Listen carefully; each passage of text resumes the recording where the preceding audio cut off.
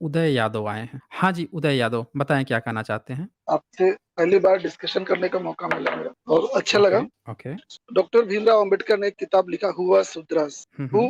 Who were Shudras and उन्होंने लिखा है उसमें पेज नंबर 1 पैराग्राफ 3 में कि जब हुँ, उन्होंने हुँ। रिसर्च किया और आपको पता है कि अंबेडकर जी ने बहुत रिसर्च किया लिखने में। पैरा 3 में लिखा उन्होंने कि स्टार्टिंग हुँ, में हुँ। एंशिएंट इंडिया में सिर्फ 3 ही वर्ण थे, ब्राह्मण, क्षत्रिय और हुँ, हुँ। वैश्य। तो शूद्र तो थे ही नहीं। हुँ, तो हुँ। शूद्र तो बाद में इन्वेंट हुआ। अब आप निकाल कर, क्योंकि मैं अभी आपको शेयर नहीं कर सकता, तो आप ज़रा निकाल भी सकते हैं। मतलब फर्स्ट इसमें जो चैप्टर है उसमें पैरा 3 में लिखा हुआ है और उसमें लिखा है पूरा कोई डिटेल। तो ये हुँ, हुँ। हमें सुनो ना सर, अभी मैं चाहता हूँ कि डिबेट एकदम हेल्दी और हुँ, आप हुँ। मेरी सुने, मैं आपकी सुनूँ। करेक्ट? हाँ, तो हाँ, हाँ, मैं शूद्र सुन जो रहा है, हूँ। क्योंकि हाँ, हाँ जी। तो शूद्र ये बात तो बहुत बाद आई। ये इसमें एंशिएंट इंडिया में थी ही नहीं। जैसे हमको पढ़ाया गया कि मनुस्मृति में ऐसा लिखा है। मनुस्मृति तो भी चेंज हो सकती है। आपने बहुत बात अभी बोला कि मनुस्मृति में ऐसा लिखा है। तो हो सकता है कि मनुस्मृति स्मृति में किसी ने चेंज किया हो। ओरिजिनल मनुस्मृति जो लिखी गई वो टाइम में, वो हो ही ना। बोलिए सर क्या? देखें, जो शूद्र की बात है ना, तो सबसे पहला तो कि भारत में कोई वर्ण व्यवस्था नहीं थी। जितने भी जैसे मेगास्थनीज की जो इंडिका है, जब 300 बीसी में मेगास्थनीज भारत में आते हैं, आपके तरफ से थोड़ा बैकग्राउंड आ रहा है। तो 300 हाँ, बीसी में जब मेगास्थनीज की जो इंडिका लिखी जाती है, उसमें भारत के जो लोग हैं, उनको 7 कैटेगरी में डिवाइड किया जाता है। पर कहीं भी ये नहीं कहा जाता है कि यहाँ पे कोई ब्राह्मण, क्षत्रिय, वैश्य नाम की 4 कोई वर्ण व्यवस्था है या 3 वर्ण व्यवस्था है।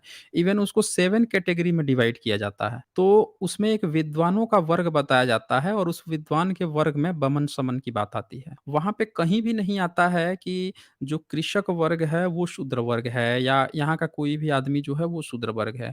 इवन ये दिखाता है कि उसमें सैनिकों का एक वर्ग है, कृषक का वर्ग है। ये भी दिखाता है कि सब एक-दूसरे की रिस्पेक्ट करते हैं। तो ये चंद्रगुप्त के समय में ऐसी बात लिखी गई है। तो और ये लोग क्या बताते हैं कि चंद्रगुप्त के समय में ही चाणक्य नाम का कोई ब्राह्मण था और चंद्रगुप्त शूद्र वंश में पैदा हुआ था। तो इनकी कहानियाँ जब आप सुनेंगे, इनके स्क्रिप्चर से जब आप किसी तथ्य का पता लगाने की कोशिश करेंगे तो भ्रमित हो जाएँगे। अब ये कहेंगे कि हमारा ऋग्वेद तो बहुत पुराना है, 3000 साढ़े 3000 साल पुराना है। पर ऋग्वेद का जो 10वां मंडल है, उसका 90 सूक्त का 12वां मंत्र जब पढ़ेंगे तो उसमें ये बताया जाएगा कि ब्राह्मण का जन्म जो है मुँह से, क्षत्रिय का जन्म कंधा से और वैश्य का जन्म जंघाओं से और शूद्र का जन्म पैर से हुआ है।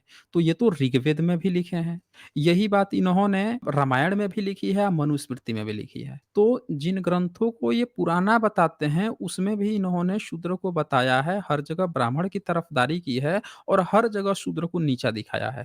तो अगर मनुस्मृति को हम हटा भी देते हैं, तो भी अगर हम देखें बाकी के इनके जितने भी धर्म ग्रंथ हैं, उसमें भी तो ये शूद्र को नीचा, ब्राह्मण को ऊँचा दिखा रहे हैं। तो ये बात यहाँ पे आ जाती है कि इनके सारे धर्म ग्रंथ जो हैं, हमेशा वर्ण व्यवस्था की बात करते हैं। महाभारत को ले लीजिए, गीता जो है, गीता पर सभी लोग बहुत बिलीव करते हैं और गीता में देखें तो कृष्ण खुद कह रहे हैं कि चारों वर्ण मैंने बनाया है और ये भी कह रहे हैं कि वैश्य और जो शूद्र हैं, ये उसके हैं, मतलब कि नीच जाति हैं, नीच योनि के लोग हैं, पाप योनि के लोग हैं, स्त्री भी, ये वो खुद बोल रहे हैं। तो सारे धर्म ग्रंथ कह रहे हैं ना, सिर्फ मनुस्मृति की इसमें नहीं बात है।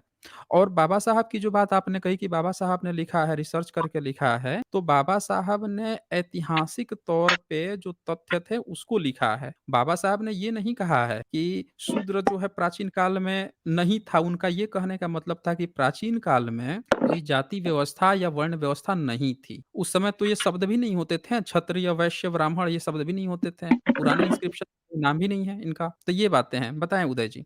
हाँ, एब्सोल्युटली सर। अब अभी अभी देखो, आपने अपने ही बातों को कंट्राडिक्ट किया कि पुराने इसमें ऐसा 4 वर्ण व्यवस्था थी ही नहीं। पर एक साइड आप नहीं थी। कहते हो। अब मेरे देखो सर, नहीं वन थी, वन कोई वन कंट्राडिक्ट वन नहीं बाय है, वन। नहीं की थी। बिल्कुल, बिल्कुल, हाँ, बोलें। तो मेरा शांति से एक नहीं, नहीं आप बोलिए, आपने कहा ना कंट्राडिक्ट तो मैंने आपको क्लियर कर दिया कि मैंने बिल्कुल, अपने बिल्कुल आप बोल पे रहा हूँ कोई मैं। हाँ, वही मैं कंट्राडिक्ट कह नहीं रहा हूँ किया है, कि कोई कंट्राडिक्ट कंट्राडिक्ट, नहीं हाँ, किया है, क्यों नहीं बोलिए। कंट्राडिक्ट किया? हुँ, क्योंकि आपने सीधे बोला है अभी कि महाभारत में या भगवान श्री कृष्ण ने गीता में खुद ही कहा है कि वहाँ पे 4 वर्ण मैंने खुद ने पैदा किया हुआ है।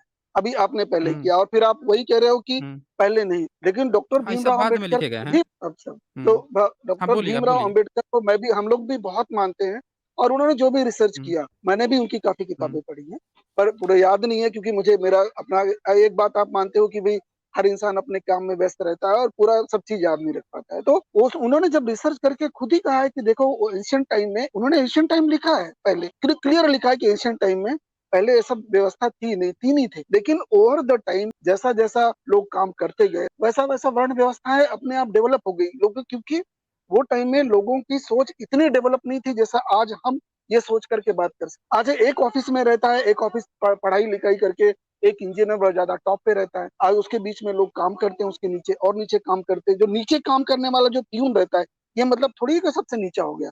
अब लेकिन उन्होंने क्या किया कि ओवर द टाइम क्या हो गया, वो डेवलप होते चला गया कि प्यून का लड़का प्यून ही हो गया, वो जो क्लर्क वाला क्लर्क ही रह गया, जो लेबर समझ लीजिए, मैं एग्जांपल दे रहा हूँ आज की।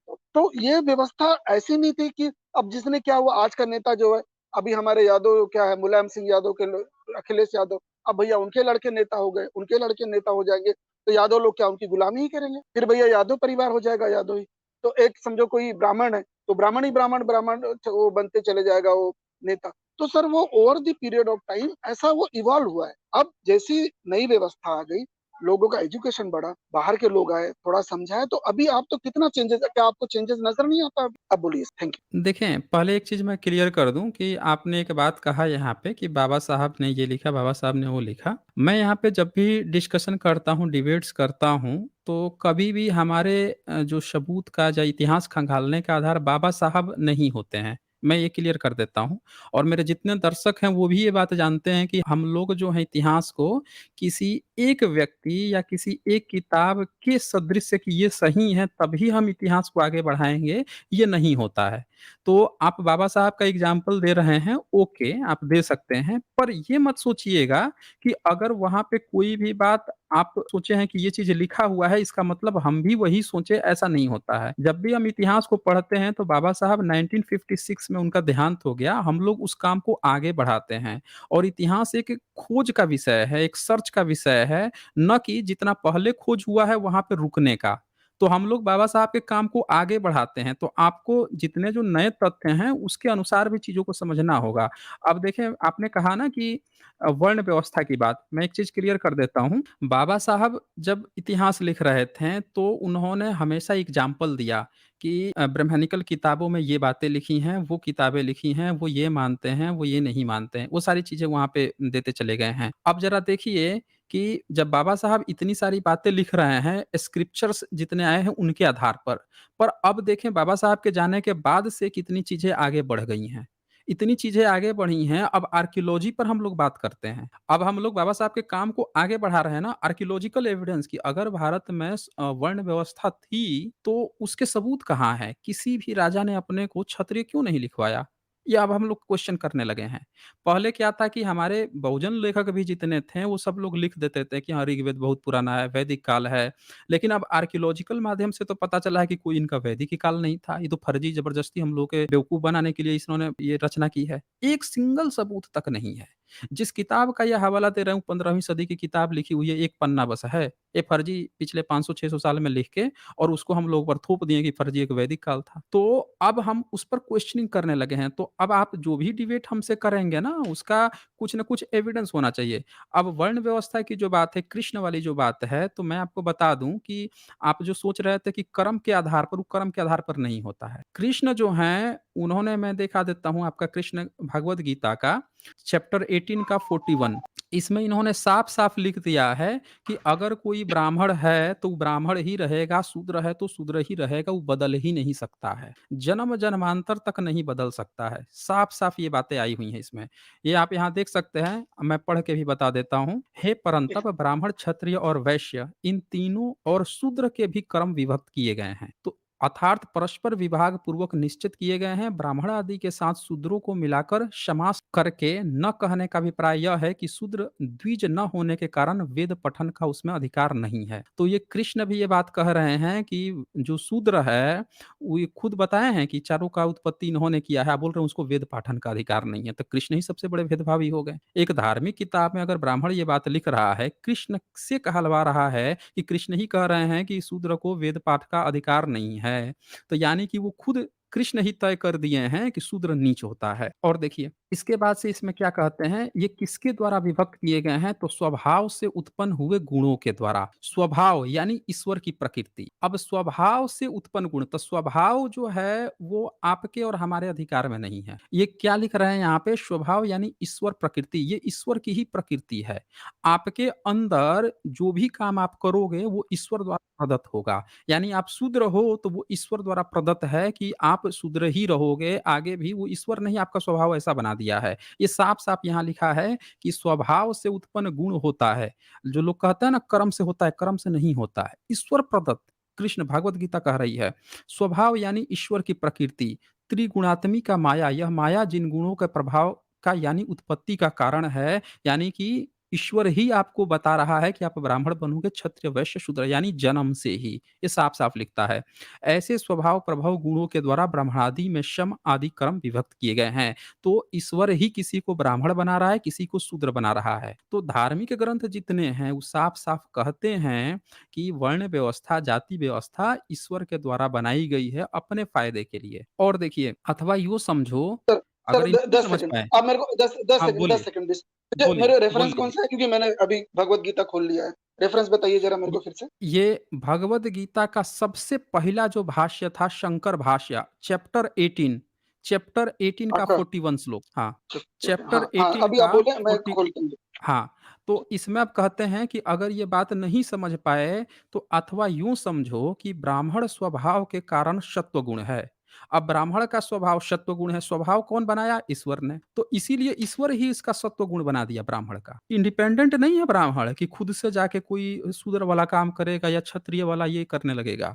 अरे ईश्वर ही बना के उसको भेज दिया है कि तुम सत्व गुण वाले हो, यानी तुम ब्राह्मण ही रहोगे आजीवन। फिर कहते हैं वैसे ही क्षत्रिय स्वभाव के कारण सत्व मिश्रित रजोगुण। अब कह रहे हैं क्षत्रिय का स्वभाव बना दिया सत्व मिश्रित रजोगुण, वैश्य का स्वभाव तमो मिश्रित रजोगुण, और शूद्र का स्वभाव रजो मिश्रित तमोगुण है। क्योंकि उपयुक्त चारों वर्णों में गुणों के अनुसार क्रम से शांति, ऐश्वर्य, चेष्टा और मूढ़ता, क्रम के अनुसार, यानी शूद्र जो है वो मूढ़ता, ये अलग अलग स्वभाव देखे जाते हैं। यानी इस कृष्ण खुद कह रहे हैं कि शूद्र का स्वभाव मूढ़ता जो होता है वो ईश्वर प्रदत्त, ईश्वर ने ही बनाया है, इस शूद्र का दोष नहीं है। ये ईश्वर ने ही खुद बनाया है उसका स्वभाव। तो कौन सा आगे बोले सर, कहते जो हैं चैप्टर सन्यास की 18 सिद्धि ना? का अच्छा अच्छा अच्छा, चैप्टर सन्यास 18 की का सिद्धि।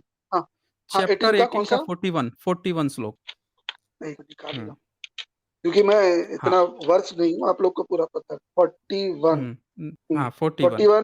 हे हे परम तप, ब्राह्मणों, क्षत्रिय, वैश्यों तथा शूद्रों के प्रकृति के अनुसार उनके स्वभाव द्वारा उत्पन्न हुँ, गुणों हुँ, के द्वारा भेद किया जाता है। देखो मैं पढ़ रहा हूँ उसका उत्तर। अभी संस्कृत में मैं हुँ, इतना हुँ, वर्ष नहीं हूँ, ये मैं कोई जो बात नहीं। लिखा है उसका मैं हाँ उसका मैं हिंदी में पढ़ रहा हूँ। हुँ, हुँ, हुँ, हे परंतप, ब्राह्मणों, क्षत्रियों, वैश्यों तथा शूद्रों के प्रकृति के अनुसार, प्रकृति के गुणों के अनुसार उनके स्वभाव द्वारा उत्पन्न गुणों के द्वारा भेद किया जाता है। अब आप बताइए सर, अब आप क्या पढ़ रहे थे और इसमें क्या लिखा है? हुँ। तो यहाँ बताइए। पे कृष्ण ने कह दिया ना कि ये जो कि चारों द्वारा, वर्ण हैं, हाँ तो उनके हाँ, वही। उनके देखो ना सर, हुँ, प्रकृति के गुणों हुँ, के अनुसार, हुँ, क्लियर हुँ, बोला ना, हुँ, प्रकृति के गुणों के अनुसार। उन्होंने हुँ, ये थोड़ी कहा है हुँ, कि उसके जाति के अनुसार। हुँ, आप लोग कहाँ हाँ, से लिखा के लेके आते हो ये देखो, हुँ, क्योंकि देखो भाई सर, मैं भी यादव हूँ, हाँ? तो आप अगर भगवत गीता का रेफरेंस देंगे तो ध्यान रखना कि मेरे पास में भी भगवत गीता रहेगी। ओके, तो आपने जो दिया है, देखो मैं क्लियर लिख रहा हूँ, मैं क्योंकि संस्कृत में उतना बस नहीं हूँ, मैंने भी उत्तर प्रदेश से पढ़ाई किया है भाई मेरे, लेकिन अभी संस्कृत छूट गई है मेरी। अब बताइए सर इसका क्या है? अभी मैं वीडियो चालू करके मैं दिखाऊं आपको? वीडियो नहीं अलाउ है, कॉपीराइट नहीं आ नहीं नहीं, जाएगा। वीडियो, किताब नहीं, कॉपीराइट का लिए आ जाएगा। मैं किताब तो वो दिखा रहा हूँ, नहीं, नहीं, नहीं, नहीं, नहीं, आप नहीं, देखिए। नहीं, वीडियो नहीं अलाउ, नहीं, नहीं, कोई भी वीडियो अलाउ नहीं है, कॉपीराइट आ जाएगा। आप सिर्फ़ टेक्स्ट दिखा दीजिए, टेक्स्ट यहाँ पे दिखाया है। टेक्स्ट है ना कि अब हाँ, जो जो जो एक मिनट, वीडियो से मैं टेक्स्ट दिखा दूं, नहीं दिखेगा, हुँ, नहीं दिखेगा, उतना हुँ। नहीं दिख पाएगा ना, अब सुनिए ध्यान से।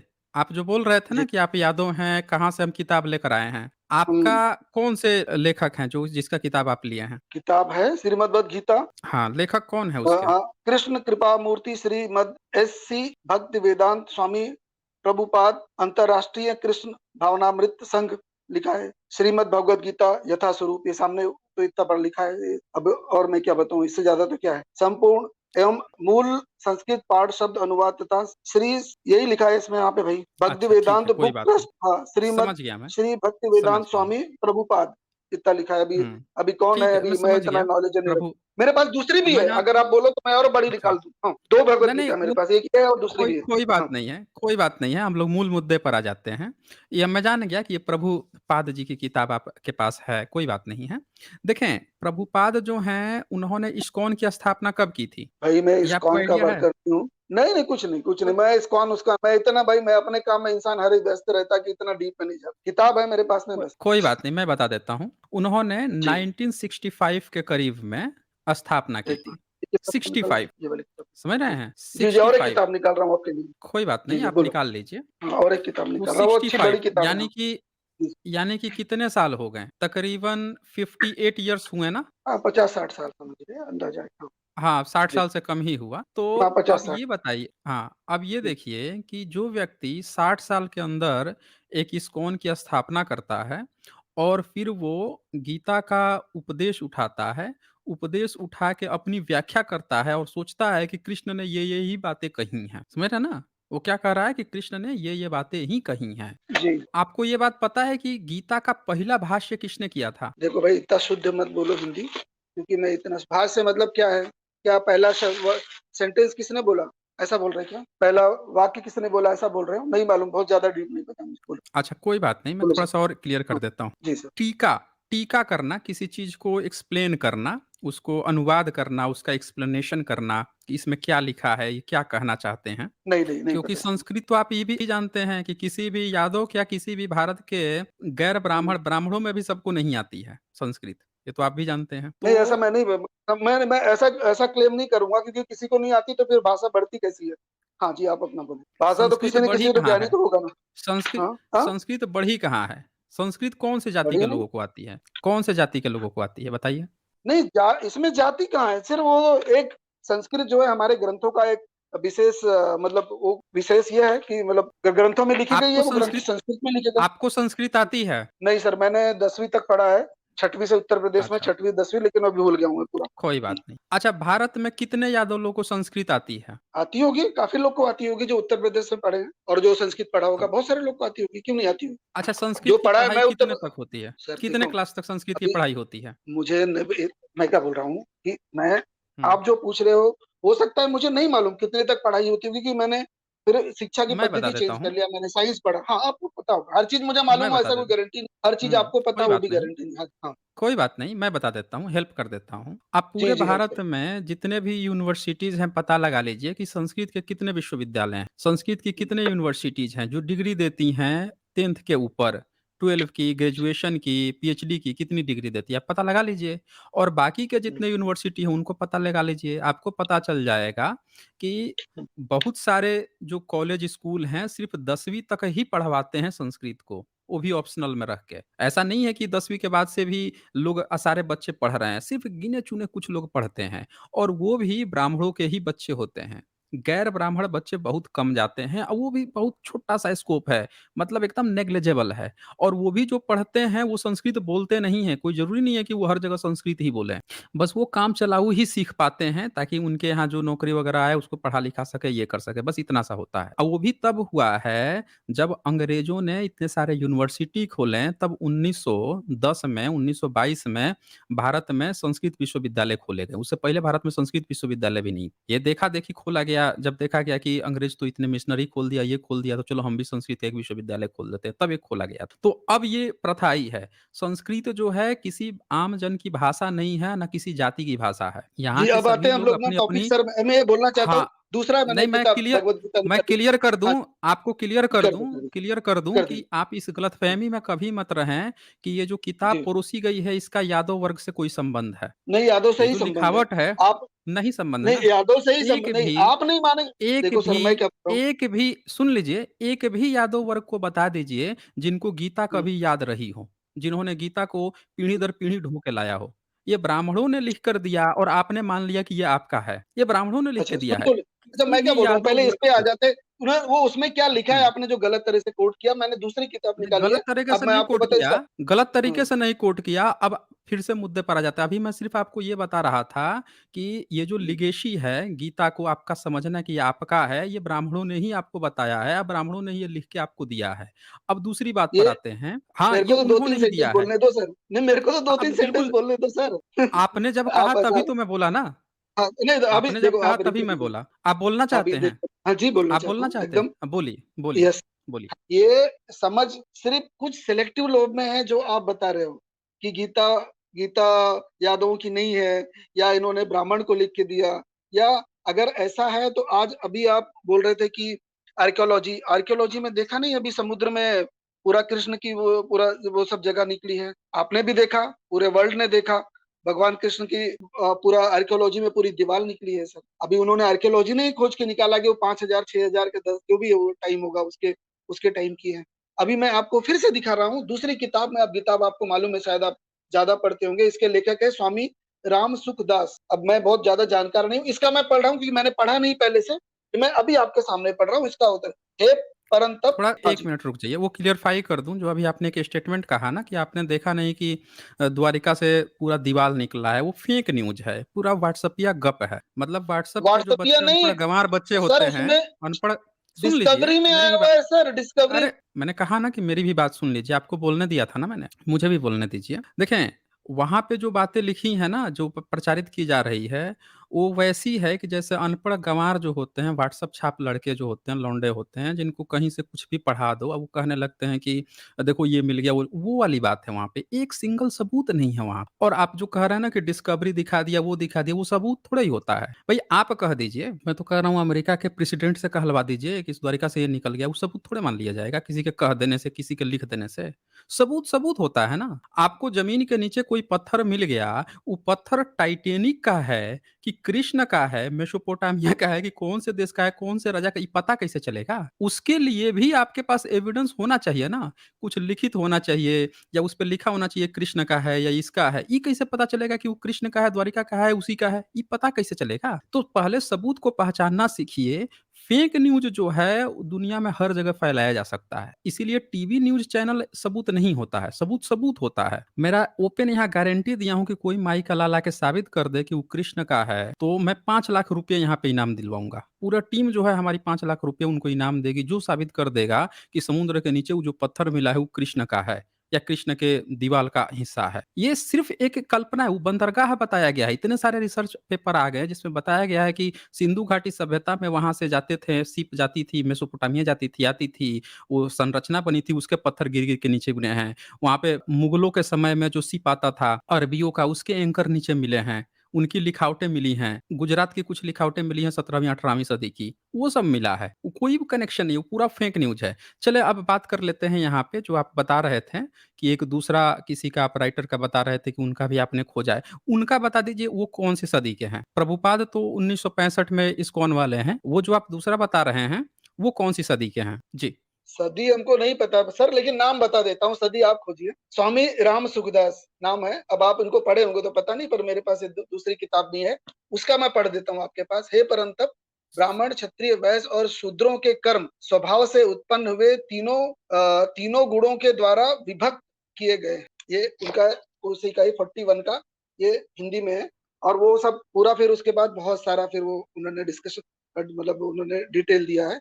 तो एक लाइन में उन्होंने ये दिया है जो जिसका आपने मिस इंटरप्रिटेशन। अब बोले सर। अच्छा, ये जो आपने कहा ना स्वामी राम सुखदास, अभी देख लेते हैं ना मिसइंटरप्रिटेशन है कि सही है कि क्या गलत है। ये भी नए ही हैं, ये भी पुराने नहीं हैं। जो स्वामी राम सुखदास जो भी हैं, इनका भी नया ही है, पुराना नहीं है। नहीं देखें, देखो, पहले इसमें तो क्या है एक ना। बात आप बोलिए, बोल लीजिए आप, पूरी हाँ, बात कह लीजिए। जी, इसमें ना, इसमें जो व्याख्या दी है, इसमें एक एक शब्द की व्याख्या दी है। जो ब्राह्मण क्षत्रिय विषाम शूद्राणाम च अच्छा, ये परंतप, इसका गीता पूरा प्रेस डिटेल एक गोरखपुर एक। का है। हाँ, गीता प्रेस जहाँ होगा गोरखपुर मुझे। का है ना, स्वामी राम सुखदास का? अच्छा, वो मुझे ज्यादा डिटेल नहीं पता। किताब है मेरे पास, मैं पढ़ता नहीं हूँ, लेकिन आपने हाँ, अभी इतना डिटेल बोला तो मैंने ओपन किया इसको। हाँ जी, ये पहले तो हिंदू लोग कोई इसीलिए बात पीछे नहीं, रह गए ना कि उनका अपनी अपनी धार्मिक ग्रंथों से दूर है, इसलिए हिंदू पीछे रह गया ना, क्योंकि उसको पता नहीं। वो उसमें नहीं, मैं भी नहीं, इंक्लूडेड हिंदू हूँ। हिंदू इसलिए पीछे नहीं रह गया, हिंदू इसलिए पीछे रह गया कि उसका धर्म का नाम नकली है ना। हिंदू उसके धर्म का नाम ही नहीं है, ज़बरदस्ती आप किसी को हिंदू कहिएगा, तो वो अपना धर्म जी। ही नाम गलत होगा तो कहाँ से वो पीछे नहीं रहेगा। उसके कान अच्छा में आप शीशा बता पिघला दीजिए के आज डालिएगा, आज आपसे मैं संस्कृत जानकारी बोलने लूँगा पर। चलो। आप मेरे गुरु बन जाइए और आज हुँ, बता हुँ, दीजिए हमारे धर्म हुँ। क्या है फिर बताइए? हाँ। चलिए, पहले इसको क्लियर कर लेते हैं, फिर गुरु और चेला देख लेंगे बाद में। हाँ, अब ठीक ठीक है, देखें, ओके। मैं आपको जो किताब खोल के दिखाया हूँ, ये जो किताब खोला है मैंने, ये है, ध्यान से देख लीजिएगा ये किसका है। जी, जी। दिख रहा है स्क्रीन पे? हाँ, दिख रहा। शंकर शंकर भाष्य, हिंदी अनुवाद सहित श्रीमद् भगवद गीता यही लिखा? हुँ, हुँ। हाँ। शंकर भाष्य से पहले गीता का किसी ने भाष्य किया था? शंकर से पहले? शंकर कौन है भई? मुझे कौन-सा ऑथर है तो शंकर नहीं मालूम। मुझे मैं बताया ना बहुत जानकारी नहीं है। नहीं। हाँ, बोलिए। सारे जितने भी गीताकार जो लोग हैं, उनसे पूछिएगा कि भगवत गीता का सबसे पहली बार किसने अनुवाद किया था? किसने भाष्य किया था? किसने उस पर टीका-टिप्पणी की थी? तो लोग कहेंगे सबसे पहली बार शंकर ने किया था। ये 9th सेंचुरी का एक व्यक्ति था, शंकर, जिसको प्रछन्न बौद्ध कहा जाता है। और इसने पहली बार श्रीमद् भागवत गीता का भाष्य किया था, जिसको आप हिंदू धर्म कह रहे हैं, वो लोग मानते हैं कि पहली बार गीता वही लेके आया था भाष्य के रूप में, उससे पहले कोई जानता तक नहीं था। तो ये व्यक्ति का मैंने टीका इसीलिए खोल दिया कि जो सबसे पुराना, सबसे ओरिजिनल, जो सबसे असली वाला होगा, वही पर हम बात करेंगे। ये बाद में तो कोई भी कुछ भी अपना मन मिलावटी करके लिख देगा। हम जब बात ही कर रहे हैं तो तो ओरिजिनल वाला देखें ना, यस सर, एकदम एकदम ओरिजिनल परफेक्ट। देखें। ओरिजिनल ही हाँ, एकदम परफेक्ट, ओरिजिनल ही चाहिए। डुप्लीकेसी भाई वो तो कोई हाँ, मीनिंग ही हाँ, नहीं है। तो हाँ। अब मैं ये कहना तो चाहता हूँ कि शंकर हुँ, भाष्य हुँ, जी बस एक लाइन और। शंकर हुँ, जो ना जो बोलिए। आपने नाम लिया शंकर भाष्य जी, उन्होंने हुँ, हुँ, ये उन पे टीका-टिप्पणी यानी उन्होंने उसका उन्होंने अनुवाद किया कि टीका-टिप्पणी? टीका-टिप्पणी तो बहुत सारे लोग हैं, उन्होंने किया है कि एल.आर. बाली ने भी किया है। एल.आर. बाली एक लेखक है। Doctor B R. अम्बेडकर ने भी हुँ, हिंदू धर्म पे बहुत सारी चीज़ें लिखा है। तो उन्हें टीका-टिप्पणी हुँ, अपने हुँ, हिसाब से चेंज कर दिया उन्होंने। अब मैंने एल.आर. बाली हुँ, की किताब एक पढ़ा हूँ, नाम नहीं लूँगा। उसमें तो उसने लिख दिया हुँ। कि राम जो सीता जो है राम की बहन थी। तो लिखने वाले तो एक तरह से बहुत सारे लोग हैं सर, अपने-अपने हिसाब से लिख देते वो, नहीं, कहाँ से राम वो। की बहन ही थी, बाद में वाइफ़ बनाया गया। अच्छा, शुरू वो में आपको बहन ही जानकारी थी। होगी। सबसे हाँ, नहीं, वो मैं क्या बोल रहा हूँ उसको सर, आप मेरा 1-2-3 देखिएगा ना, सेंटेंस मैं सुन पूरे सबूत के साथ लीजिए। दिखाऊँगा। हाँ, पूरे सबूत के साथ हाँ, दिखाऊँगा। तो ये सबूत कैसे आप लोग लेकर गए थे वो सब पूरा सब आपको पता है पूरा सब? कहाँ से लेकर आए ज़रा बताइए हाँ, हमको? हाँ, हाँ। जैसे आपको ये आपने अभी अगर ये ओपन प्रूव किया ना कर मैंने, दिया ना तो जो आप बोले वो मैं हार अभी, जाऊँगा। अरे आप अभी हार गए हैं, अभी आप हार गए हैं, बाद में क्या हारेंगे? पहले मूल मुद्दे पर रहिए ना, मूल मुद्दे मैं पर सर क्या रहिए। बोल रहा हूँ अभी मैंने हाँ। एनालिसिस देखो सुनो अरे तो मेरी बात। आप अब सुनिए, रुकिए, मुझे ऐसा मत कीजिए कि मुझे रोकना पड़े, रुकिए अब ज़रा। जब आपका खोल दिया हूँ, आप इतनी सारी बातें चल रही हैं, जो टॉपिक खुल गया है, इसको क्लियर कर लेते हैं ना। राम पर बहन थी कि वाइफ़ थी, उस पर भी चर्चा करेंगे, वैसे स्ट्रीम कर रखी है, समय निकाल के देख सकते हैं, बाद में चर्चा। पहले ये पॉइंट खत्म कर लें। टू द पॉइंट मुझे आदत है, आप कह सकते हैं कि मेरी आदत खराब हो सकती है, लेकिन मेरी आदत है, जो टॉपिक उठाता हूँ, उसको क्लियर करके ही पहले तब बात आगे बढ़ाता हूँ। मैं अप्रिशिएट करता हूँ तो आपकी चीज़ को, ठीक, थैंक हाँ, यू। तो सुन लिया, अब सुनिए, अब शंकर भाष्य जो है, जो आप पूछ रहे थे ना टीका-टिप्पणी, टीका उसको कहते हैं जब किसी श्लोक के अर्थ के साथ-साथ वो क्या कहना चाह रहा है, उसका उद्देश्य क्या है, वो भी बताए साथ में। उसको पूरा डिस्क्राइब करे उस चीज़ को, बहुत अच्छे से व्याख्या करे। उसको बहुत अच्छे से व्याख्या करे, उसको पूरा अच्छे से खोल के समझा दे कि किसी को कन्फ्यूजन ना रह जाए, उसको कहते हैं कि ये असली टीकाकार हैं, इन्होंने टीका किया है। तो यहाँ पे शंकर जो हैं, ये क्या करते हैं, इन्होंने श्लोक का अर्थ तो बताया ही बताया, लेकिन साथ में टीका करके अच्छे से एक्सप्लेन किया कि आप लोग समझिए कि कर्म से नहीं, जन्म से ही ब्राह्मण होता है, जन्म से ही शूद्र होता है, ये ईश्वर ने बनाया है। ईश्वर ही मूढ़ लोगों को पैदा करता है, और ईश्वर की ये गलती है कि ईश्वर ने ही किसी को शूद्र बना के पैदा किया है। अभी देखें, इसको समझिए, फिर से मैं समझाता हूँ।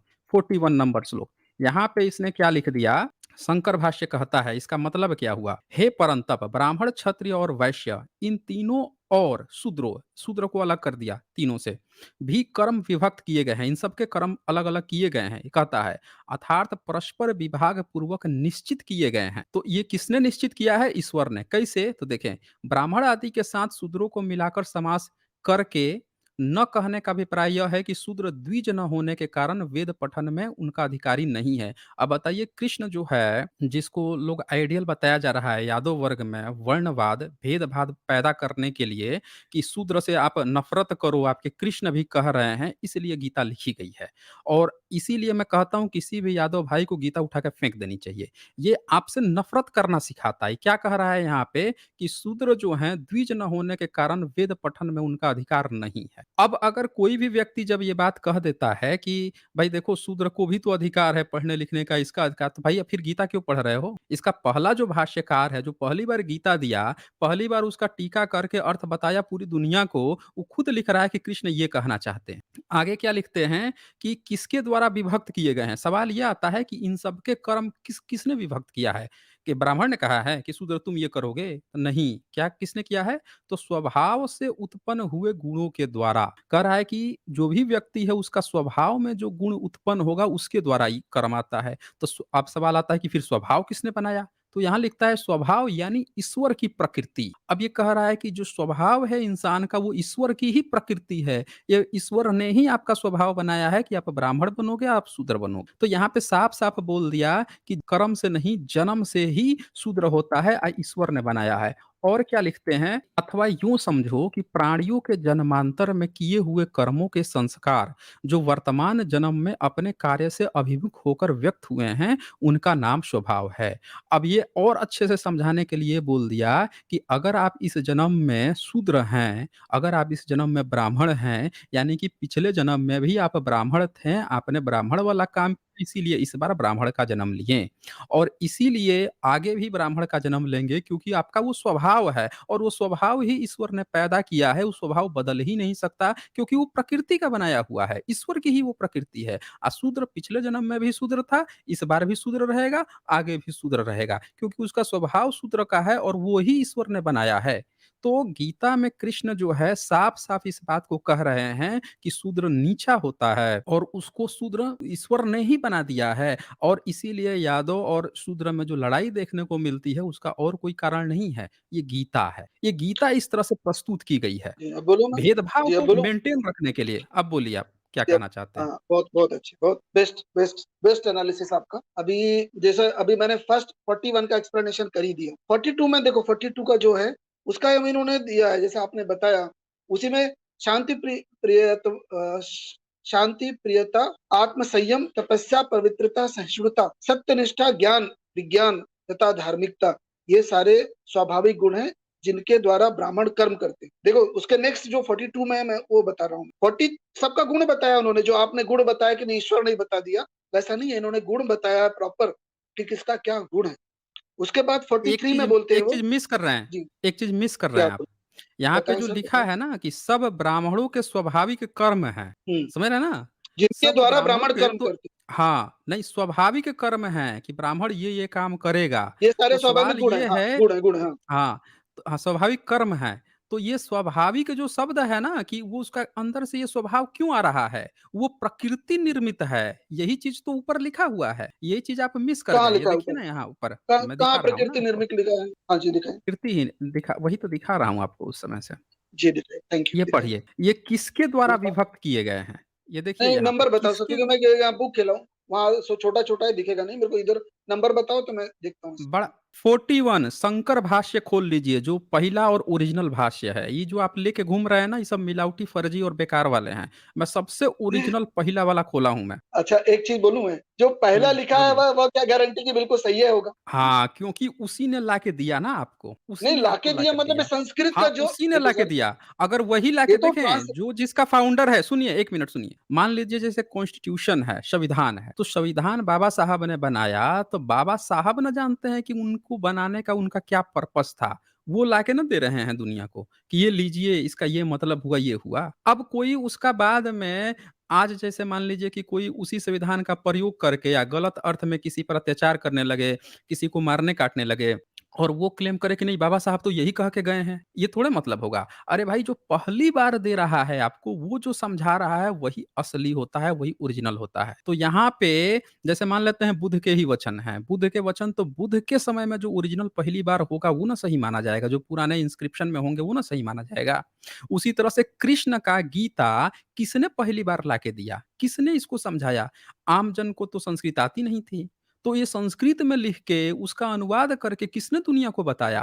पहली बार शंकर ने बताया। शंकर भाष्य। तो इसीलिए यही ओरिजिनल है। और आपका तो जो है उसमें तो 2 लाइन लिख के भाग गया होगा, उसको तो पता भी नहीं होगा कि इसका डिस्क्रिप्शन क्या है। इसमें तो एक-एक चीज़ बताई गई है उसका, कि स्वभाव जो है ये कौन पैदा करता है। आपको तो बता दिया गया स्वाभाविक कर्म, ये काहे नहीं बता रहा है कि स्वभाव कौन पैदा किया? तो यहाँ पे लिखा है शंकर ने कि किसके द्वारा विभक्त किए गए हैं जो स्वभाव? तो स्वभाव से उत्पन्न हुए गुणों के द्वारा, तो स्वभाव यानी ईश्वर की प्रकृति। ये जो स्वभाव है, स्वाभाविक कर्म की जो बात आ रही है, स्वाभाविक गुण की जो बात आ रही है, ये ईश्वर की प्रकृति है। ईश्वर ने ही ये चीज़ आपके अंदर डाली है कि आप ऐसा काम करोगे। समझ रहे हैं ना? यानी कि अगर कोई ब्राह्मण वाला काम कर रहा है तो ईश्वर द्वारा प्रदत्त है कि वो ब्राह्मण वाला काम करेगा। वो अपने मन से नहीं कर सकता है। ये कहलवाया गया है यहाँ पे। अब मैं अन्यथा बोलूँ आज दोबारा से? आज जितने यादव लोग हैं, अगर गीता इनके पास होता तो पिछले 2000 का इतिहास है, इतने यादव राजा हुए हैं। किसी ने भी कृष्ण की मूर्ति, कृष्ण का मंदिर क्यों नहीं बनवा दिया? गीता के लिए गीतालय काहे नहीं खुलवा दिया? एक भी इतने सारे राजा हुए हैं यादव राजा। पूरा साउथ इंडिया से लेके नॉर्थ में इतने सारे एम्पायर हुए हैं। एक यादव राजा का आप मुझे नाम बता दीजिए जिसने कृष्ण का मंदिर बनवा दिया हो। क्योंकि ये आपका अब कभी मैं था बोलूँ? ही नहीं ना, था ही नहीं आपका। हाँ, बोलिए ना, आप बोलिए। जी, बोलिए जी। मैं सुनता हूँ। अभी आपने स्वभाव जैसा बताया कि वो भगवान ने बताया है। अभी यहाँ पे आपने बोला वो लिख के भाग गया होगा। नहीं सर, यहाँ पे लिखा है कर्माणि प्रविभक्तानि स्वभाव प्रभव गुण गुण क्या है वो संस्कृत उसका मीनिंग लिखा है यहाँ पे। मनुष्य जो कुछ भी कर्म करता है उसके अंतःकरण में उस कर्म के संस्कार पड़ते हैं और उन संस्कारों के अनुसार उसका स्वभाव बनता है। इस प्रकार पहले के अनेक जन्मों में किए हुए कर्मों के संस्कारों के अनुसार मनुष्य का जैसा स्वभाव होता है और उसी के अनुसार उसमें सत्व, रज और तम तीनों गुणों की प्रवृत्तियां उत्पन्न होती है। इन गुण वृत्तियों के तारतम्य के अनुसार ही ब्राह्मण, क्षत्रिय, वैश्य और शूद्रों के कर्मों का विभाग किया गया है। कितना क्लियर लिखा है सर। अब आप दूसरे को आप क्या ब्लेम करेंगे?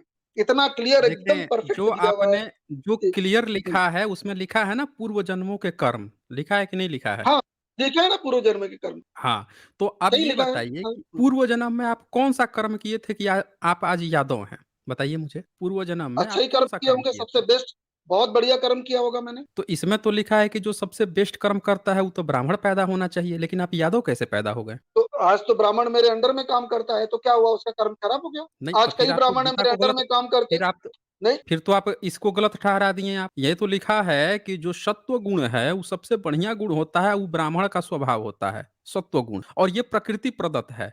तो अगर आप अच्छा गुण किए होते हैं, तो आपके अंदर तो सत्व गुण आना चाहिए था। तो वो आप यादव कैसे बन गए? और यादव को तो यही ब्राह्मण ग्रंथ जो आपको गीता दे रहा है, वही अन्य ग्रंथों में आपको नीचा भी दिखा रहा है। कहीं कह रहा है कि दूध बेचने से नीचा हो जाता है, कहीं कह रहा है कि को भी बोल रहा है कि वैश्य जो है नीचे होते हैं, पापी योनि होते हैं। और आपको रामायण वाल्मीकि रामायण में वहाँ पे बोल रहा है कि अभीर जो है नीच होते हैं, पापी होते हैं, पानी पीते हैं मेरा, मार दो इनको, आराम से मरवा देता है। ये सब काहे करवा रहा है? इन्हीं ग्रंथों में। अगर आप अच्छा काम किए हैं, तो यहाँ तो ब्राह्मण में पैदा होना चाहिए था। फिर आप यादव में कैसे पैदा हो गए? तो अच्छा, नहीं राजपूत यादव में कौन पैदा कर्म होने किए से क्या होंगे? कमी है? नहीं, क्यों जी। पैदा होंगे आप? अगर आप नहीं तो अच्छा क्यों कोई नहीं? काम करेंगे यादव तो तो सब देखो। वर्ण व्यवस्था में जो सबसे अच्छा काम करे तो वो कौन से वर्ण में पैदा होगा? आप ही बता दीजिए। नहीं, अब सुनिएगा ज़रा 30 सेकंड मुझे अच्छे से दीजिएगा, अभी विदाउट इंटरप्शन। मैं आपको ये कहना चाहता हूँ कि ये मानव जन्म ही सबसे बड़ा ये है। इसमें वर्ण व्यवस्था इंसान की बनाई हुई है, ईश्वर ने नहीं बनाया यहाँ पे। ये गलतफ़हमियाँ आप पैदा करते हो कि यहाँ पे ईश्वर ने बना करके भेजा है। ईश्वर सिर्फ़ इंसान बनाता है, भेजा है उन्होंने, जन्म दिया है और जिसको भी मानव योनि मिली है, वो सबसे बड़ा कर्म है। अब यहाँ पे खुद के कर्म के अनुसार, वो इंसान खुद को बढ़ता है। मतलब अगर मैं ये बोलता आप कि नहीं ये मैं तो कह रहे हो। मेरी बात 30 सेकंड दे दीजिए सर मैं तो अगर हुँ, मैंने अच्छा बोलिए। कर्म नहीं किया होता और ब्राह्मण मेरे अंडर में, ठाकुर मेरे अंडर में काम करता है, तो फिर कौन सी क्या बात, क्या प्रॉब्लम है? तो वो क्या नीचा हो गया? बिल्कुल नीचा नहीं हुआ।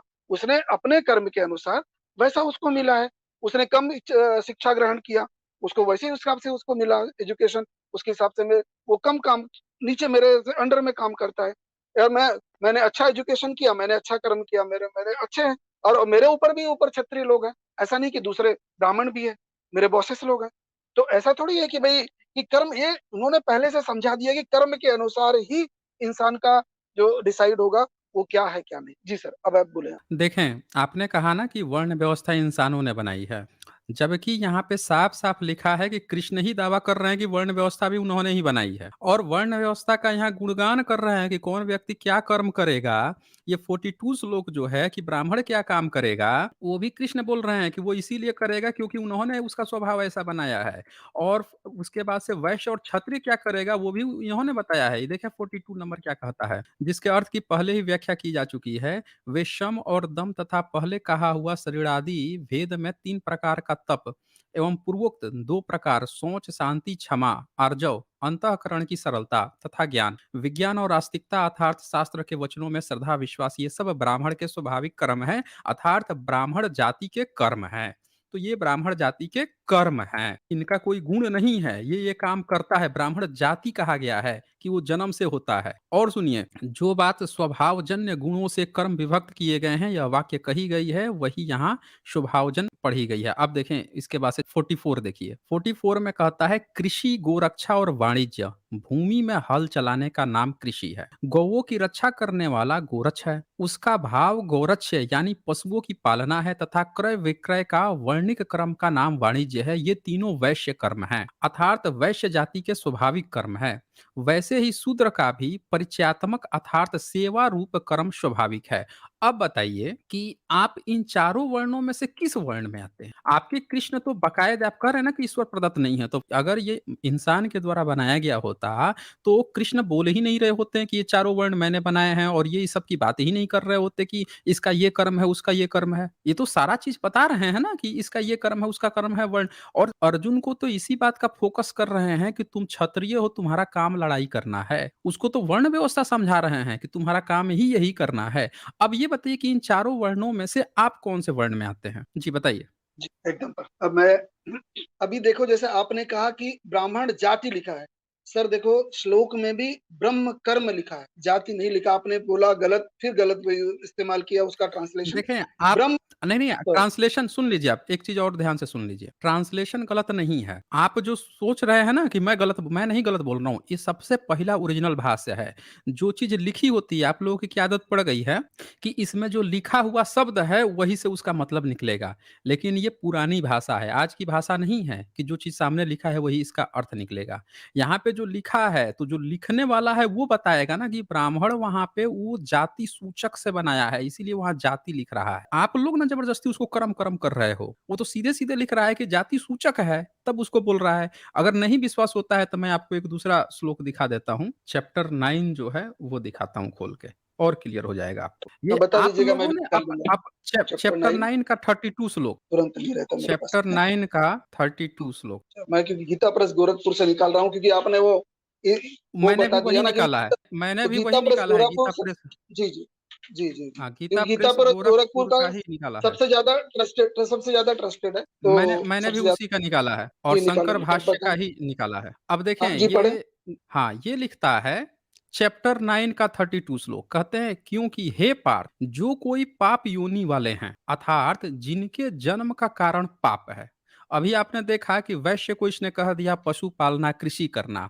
अब यादव समाज तो पशु पालता है, कृषि भी करता है, जी तो वैश्य हो गया इनके अनुसार। क्षत्रिय तो लड़ाई धंधा करेगा। अब यहाँ पे क्या कहते हैं चैप्टर 9:32 में कृष्ण, क्योंकि हे पार्थ, जो कोई पाप योनि वाले हैं, अर्थात जिनके जन्म का कारण पाप है, ऐसे प्राणी हैं। वे कौन हैं? सो कहते हैं वे स्त्री, वैश्य और शूद्र भी मेरी शरण में आकर मुझे ही अपना अवलंबन बनाकर परम उत्तम गति को प्राप्त होते हैं।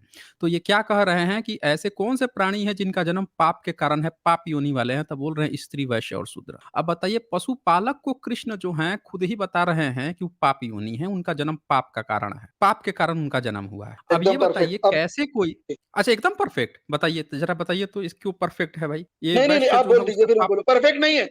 नहीं नहीं, आपका हम्म। ट्रांसलेशन फिर गलत है। मैं आपको फिर से, आप बोल अच्छा दीजिए, फिर मैं गलत है, बोलूंगा। ट्रांसलेशन गलत है। नहीं बता दीजिए कैसे गलत है, बता दीजिए ना, आप ही रखिए, हम सुनेंगे ना कैसे हाँ, गलत है। बोलिए। एकदम परफेक्ट। देखो यहाँ पे बोलिए। लिमा ही पार्थ व्यापास, ये भी इसमें लिखा है। देखो इसमें मैं, हे पृथानंदन, जो भी पाप योनि वाले हों, तथा तथा तथा वर्ड आप छोड़ रहे हो सर। जो भी स्त्रियां तथा मतलब पापी योनि वाले, और मतलब उसके अलावा पापी योनि वालों के अलावा बोल रहे हैं, सर तथा कहाँ वर्ड लिखा है उसमें यूज तथा? किया है। तथा कहाँ कहाँ अब तथा है वैसे? मूल श्लोक तथा देखिए तो सर, स्त्रियों, स्त्रियों, हाँ स्त्रियों के बाद से क्या शब्द आया है? हाँ, स्त्रियों, वैश्या, हम्म। ये तथा, हाँ, यसा वैश्य के बाद से यसा तथा। तथा, तथा तथा के बाद तथा से है ना, क्या आया तथा है? तथा हाँ तथा हाँ, है ना। उसके बाद से क्या है? हाँ, है। उसके तथा बाद से शूद्रो, तथा के बाद से हाँ, तथा के बाद से शूद्र। शूद्रास्तेति, हाँ, हाँ, अब रुकिए, शूद्र, अब जी, रुक जाइए। शूद्र के बाद से तथा नहीं है, शूद्र के पहले तथा है। जैसे राम, श्याम और मोहन, समझ रहे हैं ना? राम, श्याम और मोहन, तो यहाँ क्या लिखा है? स्त्रियों, वैश्य तथा शूद्र है। आपका ट्रांसलेशन गलत है कि शूद्र के बाद तथा लगा दिया है। यहाँ शूद्र के मूल श्लोक में शूद्र के पहले तथा है। आप खुद गलत ट्रांसलेशन लेके पढ़ रहे हैं। मैं एकदम ओरिजिनल वाला उठाया हूँ, ताकि किसी को संदेह भी ना रहे। आप लोगों को बेवकूफ़ बनाने के लिए ये पूरा कंपनी जो है, ब्राह्मणिकल कंपनी लगी हुई है, कि आप लोग ये सब फर्जी किताबें मानते रहें और समाज में भेदभाव पैदा होते रहे। ये देखिए ना, शूद्र के पहले तथा है, लेकिन आपकी किताब में देखेंगे शूद्र के बाद तथा लगाया होगा, ताकि आप लोग भ्रमित रहें। अब बोल दीजिए मैं गलत बोल रहा हूँ, बोल दीजिए। हाँ, एक बोलिए मिनट। उदय जी। तथा, हाँ, यस सर, तथा देखो लिखा है ना? वैश्य, वै हाँ, अब तो आपकी किताब में उस शूद्र के बाद लिखा है या शूद्र के पहले लिखा है तथा? शूद्र के बताइए। पहले लिखा है, शूद्र के पहले लिखा है, शूद्र के पहले। शूद्र के और पहले। अनुवाद में देखो उसे वो देखो, इसका मीनिंग यही है ना भाई, जो लिखा है। अब क्या आप मीनिंग है? इसका तो आप हम्म। उसका मीनिंग जो क्लियर लिखा है, और मैं दो दो किताबों से पढ़ रहा हूँ।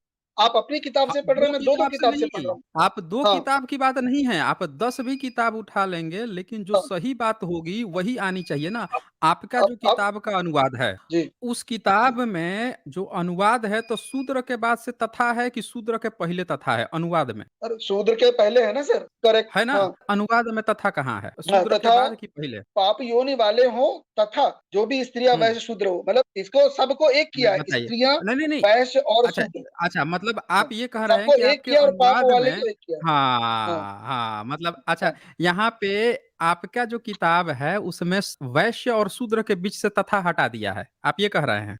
जो किताब में जो इसका वैश्य ट्रांसलेशन है वो बोला अनुवाद है। में, आपके हुँ, अनुवाद में शूद्र और वैश्य के बीच से तथा हटा दिया है, अशूद्र के बाद कर दिया है तथा, यही किया होगा?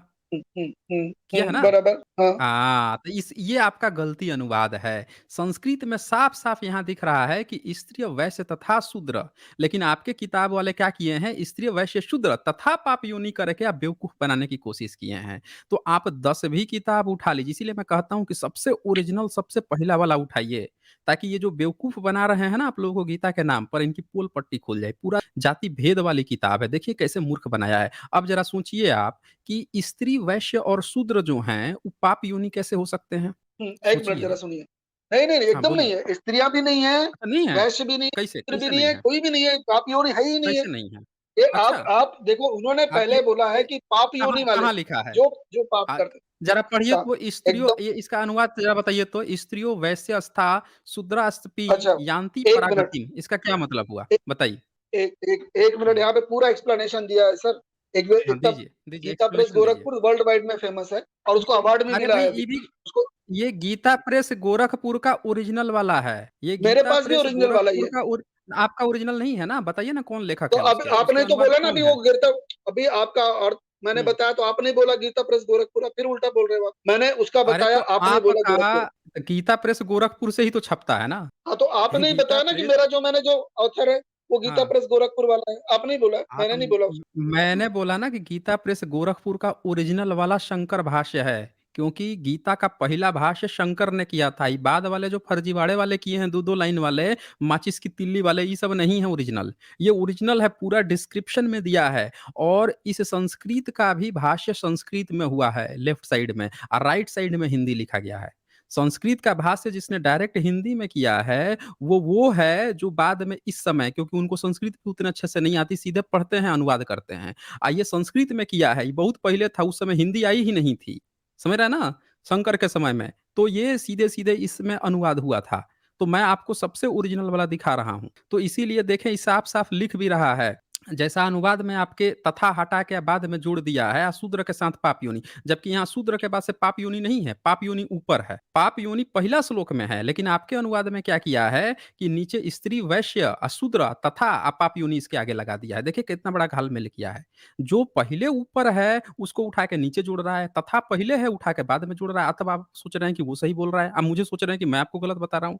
मैं सबसे ओरिजिनल वाला खोला हूँ, जहाँ साफ-साफ लिखा है कि ये स्त्री, वैश्य, शूद्र जो हैं पाप योनि है, इनका जन्म ही पाप कारण होता है। अब नहीं, बताइए। लेकिन आप सर हमेशा क्लेम कर रहे हैं, हर बार क्लेम कर रहे हो कि हुँ। सबसे ओरिजिनल। एकदम सबसे हाँ, ओरिजिनल। आपने सबसे उसकी ओरिजिनल है।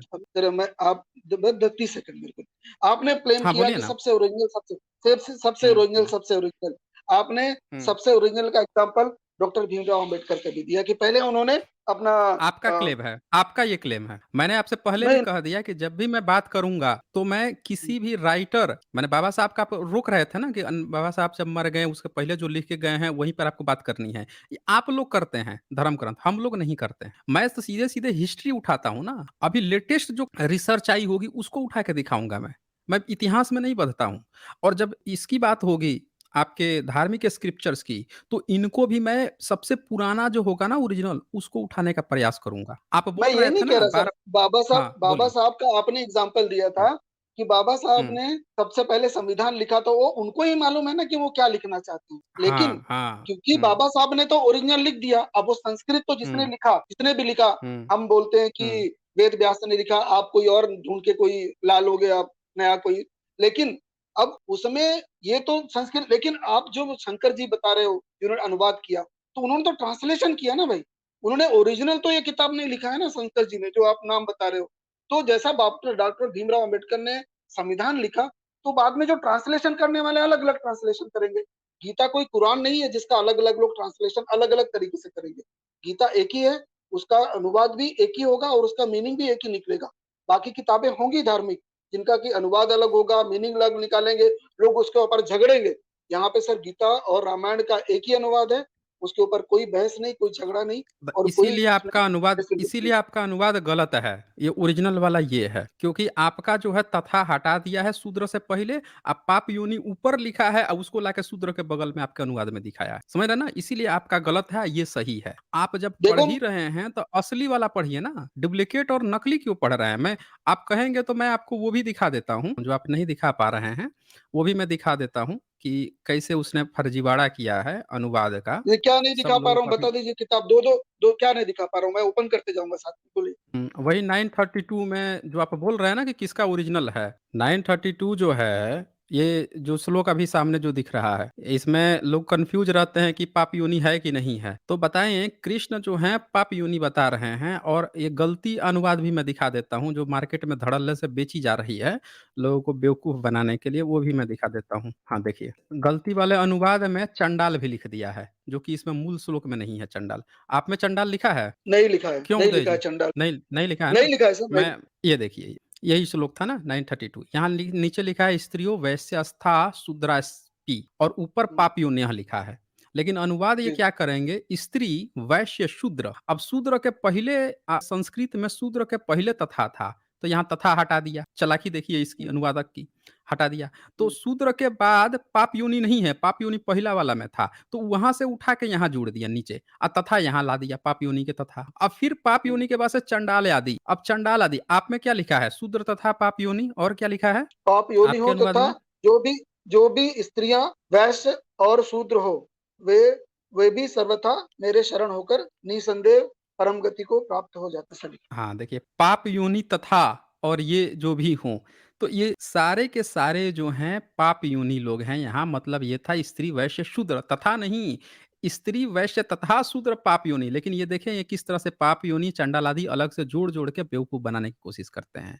तो इसीलिए मैं बोलता हूँ कि ये फर्जी जितने ट्रांसलेशन मार्केट में घूम रहे हैं, इनसे नहीं, ओरिजिनल से पढ़िए। चले, अब कुछ मूल बातों पर बात कर दे, श्लोकों पे तो चर्चा बहुत हो गई, अब थोड़ा सा जी ओरिजिन पे बात कर लेते हैं ताकि और भी क्लियर हो जाएगा। जी जी, ये बताइए कि आपको क्या लगता है कि गीता जो है वेद व्यास ने लिखी थी? बिल्कुल, एकदम अच्छा, 100%। अच्छा, ठीक है। वेद व्यास आपको कितना लगता है कितना पुराना होंगे? जितना पुरानी रामायण होगी, सॉरी, जितनी पुरानी महाभारत होगी, उतनी पुराने वो भी होंगे। अच्छा, आपको कितना लगता है कि महाभारत कितना पुराना होगा? मुझे लगता है कि अभी सभी लोग जो बोलते हैं, जो रिसर्च हुई है जिस तरह से, तो जिस तरह से बोल रहे हैं वो 5,000 के आसपास कुछ होगा, ऐसा बोल। अच्छा, 5000 ईयर से बोल रहे हैं। ये आपको पता है कि ये डेटा किसने दिया था 5000 का आंकड़ा, कि महाभारत 5000 पुराना है? देखो, इसमें इस तरह दो तरह का बताया गया है। इस तरह से उन्होंने किया कि जिस तरह से जो जब महाभारत हुआ और जब भगवान कृष्ण का जन्म हुआ, तो वो टाइम का उन्होंने वो जो अपना ग्रह तारे नक्षत्र थे, तो उन्होंने वो पूरा डेटा डाला सुपर कंप्यूटर, और उसके बाद जो डेट आई है, तो उसके बाद उन्होंने वो डिसाइड, वो तो साइंटिफिकली पूरा किया। अब बताइए आपके पास कौन सा डेटा है जो गलत है? मतलब आप ये कह रहे हैं कि महाभारत की किताब में जो ग्रह नक्षत्र की जो चर्चा हुई है, उसको कंप्यूटर में डाला और उससे पता चल गया कि इसका एज जो है 5000 साल पुराना है। आप यही ना कह रहे हैं? एकदम सही आपने कहा, हाँ। वही मैंने कहा। अब मैं आपको बताता हूँ। मान लीजिए कि जो किताब कही जा रही है कि उसमें जो ग्रह नक्षत्र का प्रयोग किया गया है, मान लीजिए कि वो किताब ही 500 साल पुरानी हो। अब 500 साल पुराने में किसी ने कुछ लिख दिया हो। जैसे मान लेते हैं कि डायनासोर का भी पता चला। पिछले 100 150 साल में डायनासोर का पता चला। अब डायनासोर पर मैंने एक किताब लिखी और हमने क्या किया कि उसमें लिख दिया कि ये डायनासोर का जन्म उस समय हुआ जब इस समय सूर्य की ये स्थिति थी, चाँद की ये स्थिति थी, सप्तर्षि मेरे ऊपर जो 7 तारों वाला है वो मेरे ऊपर यहाँ पे दिखाई दे रहा था। अब उस किताब में हमने लिख दिया, तो क्या उसके आधार पर 16 करोड़ साल पुराना डायनासोर का कोई निकाले डेट कहे कि अच्छा 16 करोड़ नहीं 17 करोड़ साल आ रहा है, क्योंकि वो तो मल्टीपल भागता है ना वो। कोई भी ग्रह नक्षत्र जो है उसका एक साइकिल होता है कि 100 साल में रिपीट करेगा, 50 साल में रिपीट करेगा, 10 साल में रिपीट करेगा या 5000 साल पे रिपीट करेगा, वो तो रिपीट करता है। तो वो जब रिपीट होगा, जैसे हम लोग एक पूरा चक्कर लगाते हैं सन का 1 साल में, तो इसी तरह से सोलर भी जो नक्षत्र वगैरह देखते हैं इनका भी एक साइकिल होता है। कुछ 11 साल पे रिपीट होता है, कुछ साल पे रिपीट होता है, तो रिपीट होगा। तो उसी में से किसी को उठा के रैंडमली अगर चूज़ कर लें, मान लीजिए कि जैसे वो आपने कह दिया कि 5000 साल पुराना आया, तो उसमें उसका मल्टीपल कीजिएगा तो 5 दूना 10, 10,000 साल भी पुराना होगा, फिर 15,000 साल भी साइकिल बनेगा, फिर 20,000 पर भी। आपने कैसे चूज़ कर लिया कि 5 ही हज़ार साल वाला पुराना है? ये एक प्रश्न आएगा। ये एकदम तो पहले एक बात एकदम सुन लीजिए, पहले तो ओके। ये एक बात। दूसरी बात कि जिसने भी महाभारत को लिखा, तो मान लेते हैं कि उसका जो ग्रह नक्षत्र यूज़ किया, तो किस आधार पे किया? मतलब उसको कैसे पता चला कि इसमें जो बात लिखी हुई है, वो उस समय आज से 5000 साल की ही भाषा में लिखी गई है या वेद व्यास ने ही वो बात लिखी है? ये कैसे पता चला? क्योंकि आज तक हम तो गुप्त वंश की लिपि भाषा नहीं जानते थे। हम तो आज से 1500 साल पहले कौन-सी भाषा भारत में चलती थी, उसको पढ़ना-लिखना नहीं जानते थे। हम तो 1000 साल पहले की जो लिपि थी उसको नहीं पढ़ पा रहे थे। अंग्रेज़ आके आज से 150 200 साल पहले सब पढ़-पढ़ के हम लोगों को बताया है कि देखो गुप्तवंशीय लिखता था और हर्षवर्धन के काल में ये लिखावट होती थी। मौर्यंस इस भाषा में ऐसी इस लिपि में लिखते थे, तब हम लोगों को पता चला। वो तो हम जानते ही नहीं थे। तो ये कौन व्यक्ति जो है, जो आज से 1000 साल पहले की चीज़ अगर नहीं जान रहा था, 1500 साल पहले की नहीं जान रहा था, 5000 साल पहले कौन क्या लिख के गया है, वो उसको याद था। दूसरी बात कि उसको सिंधु घाटी सभ्यता के बारे में नहीं पता। उसको सम्राट अशोक के बारे में नहीं पता, बुद्ध के बारे में नहीं पता, गुप्त वंश के बारे में नहीं, पिछला कोई राजवंश उसको नहीं पता। अब 5000 साल पहले की ही बात सारी चीज़ें एग्ज़ैक्ट उसको पता है, ये कैसे पॉसिबल है? और पॉसिबल है तो किस भाषा में उसने महाभारत को उस समय की भाषा में क्यों नहीं लिखा? अगर वेद व्यास जो है मान लेते हैं कि 5000 साल पहले था, तो 5000 साल पहले सिंधु घाटी सभ्यता 4500 साल पहले थी, उसकी लिपि कोई नहीं पढ़ पाया। तो अगर 5000 साल पहले वेद व्यास था, तो उसकी लिपि ब्राह्मण ने कैसे पढ़ लिया? तो ये इतने सारे सवाल हैं। फिर महाभारत में ही ये साफ-साफ लिख रहा है, आदि पर्व में कि 8000 श्लोक का जय था, उसको 24,000 का वेपशनवा कर दिया, फिर उसको 96,000 किया गया, फिर उसको 1,00,000 किया गया, उसमें खुद ही बढ़ रहा है, घट रहा है। तो जो चीज़ें बाद में भी एडेड हो जा रही हैं, तो आप किस आधार पर सोच रहे हैं कि उसमें कोई चीज़ आया है, उसको उठा के हम लिख देंगे, तो ये उतना साल पुराना हो जाएगा? आप बताएँ उदय यादव। जी, बताएँ। हाँ, एकदम सर, एकदम। आई एप्रिशिएट आपका एनालिसिस जो है एकदम परफेक्ट है। और ये एनालिसिस जैसा आपने पहली बात कहा कि ग्रह, तारे, नक्षत्र इसका साइकिल तो 10 साल होता है, 20 साल होता है, सर गलत है। आप और एस्ट्रोलॉजी पढ़िए, एस्ट्रोनॉमी पढ़िए, सॉरी एस्ट्रोनॉमी पढ़िए। एस्ट्रोनॉमी का साल हजारों लाखों साल में भी होता है, जो सर्कल अच्छा, चलते हैं, साइकिल चलते रहता है। आप मैं गलत हूँगा तो आप डेफिनेटली उसको डिबंक करिए। तो अभी न ये आप सिर्फ आप सुनते नहीं सोलर है ना, सिस्टम की मैं चक्कर तो ये है कि आप सुनता हूँ सुनते इतना, नहीं है आपकी ना। 20-20 मिनट में आप सुन लेता हूँ, आप तो मुझे सुनते नहीं। मैंने कहा कि 5000 साल का जो साइकिल चूज़ किया, यानी कि वो नक्षत्र आज से अगर 5000 साल पहले गया, तो फिर वो 10,000 साल पे भी तो जा सकता है, फिर 15 पे भी तो जा सकता है। ये मैंने कहा था, ये नहीं कहा था कि 10 साल का 5 साल का होता है। हाँ, बोलिए। तो सर आप सिर्फ सोलर सिस्टम बोल रहे हो, सर आप सिर्फ सोलर सिस्टम की कहानी बता रहे हो कि भई ये सूरज, जुपिटर और ये इतना। सर उन्होंने सिर्फ सोलर सिस्टम नहीं आता अपना एस्ट्रोनॉमी में, सोलर सिस्टम के ऊपर भी है। अच्छा, कहाँ जो लिखा जिस हुआ तरह मिला से था वैसे ये? कहाँ मिला हुआ जिसके था? आधार पर इ हाँ, जिसके आधार पर इन्होंने तय कर दिया, ग्रह नक्षत्र लगा के, वो मिला कहाँ था लिखा हुआ? कैसे पता चला कि वो 5000 साल पहले ही लिखा गया होगा वो चीज़? तो उन्होंने वो सिस्टम डाला ना सर। वो जो वहाँ पे जो कहाँ से? जैसा-जैसा भगवान के, सुनो तो अब पूरी हुँ, बात हम एक-एक बात, अच्छा चलो एक-एक पॉइंट पे बात करेंगे। आपने बोला कहाँ से? हुँ, जब भगवान श्री हुँ, कृष्ण का जन्म हुआ, तो उसमें लिखा है हुँ। सब। कि तब ये, अब देखो कहाँ? मैंने कहा ना भाई, कहाँ लिखा है? अभी ओके, मैं अभी अभी मैं देख, मैंने कहा ना भाई कि मैं आपके जैसा डिबेट के लिए मैं प्रिपरेशन नहीं नहीं, करता हूँ नहीं, कि मैं भाई वो मेरे को नहीं कह बताना रहा हूँ। पड़ेगा। सुनो मैं तो ये मेरी बात, चाहता हूँ, कहाँ लिखा है? सुनिए, नहीं, लेकिन आप भगवान श्री कृष्ण सुन का जब जन्म हुआ तो आपको पता है ना कि लिखा है भाई उसमें कि अमावस्या थी, ये किसमें? पूर्णिमा थी, ये क्या किसमें था, किसमें लिखा? किताबों में मैं लिखा है यही तो ना। सुनिए, सुनिए, जब आप मेरा भगवान, प्रश्न नहीं सुनिए, प्रश्न मेरा नहीं सुन पाए। देखें, जब आप उत्तर देते हैं ना, तो जो मैं प्रश्न पूछता हूँ उसका उत्तर देंगे ना, तो बड़ा गजब का वो डिबेट होगा। मैंने प्रश्न ये पूछा कि अगर उनका जन्म हुआ था, ये अगर कहीं किसी चीज़ में लिखा हुआ है, तो कौन-सी लिपि में लिखा है, कितना साल पुराना है, किसने लिखा है? ये कैसे पता चलेगा कि वो लिखावट 5000 साल पहले की ही है, उन्हीं के समय की है, इसीलिए सही है? ये मेरा सवाल था। किस चीज़ पे लिखा हुआ मिला? अगर कागज़ पे लिखा मिला तो कागज़ कितना साल पुराना है? अगर पत्थर पे लिखा मिला तो क्या 5000 साल लिखा हुआ मिला या बीच में किसी ने लिख दिया? ऑथेंटिसिटी, आप जिसको आधार बना रहे हैं एस्ट्रोनॉमिकल डेटा को, उसकी ऑथेंटिसिटी देनी पड़ेगी ना कि जो डेटा आप डाल रहे हैं, वो डेटा आपको पता कहाँ से चला और वो डेटा ऑथेंटिक है, कितना ऑथेंटिक है, उसकी ऑथेंटिसिटी कौन बताएगा? भाई मान लेते हैं कि सम्राट अशोक अपने बारे में अपने समय में लिख के जाते हैं। वो डेटा आप डालते हो तो चलो उसे ही मान लिया जाएगा। क्योंकि वो राजा खुद अपने बारे में अपने समय में लिखवा के जा रहा है। अब अशोक राजा चले गए।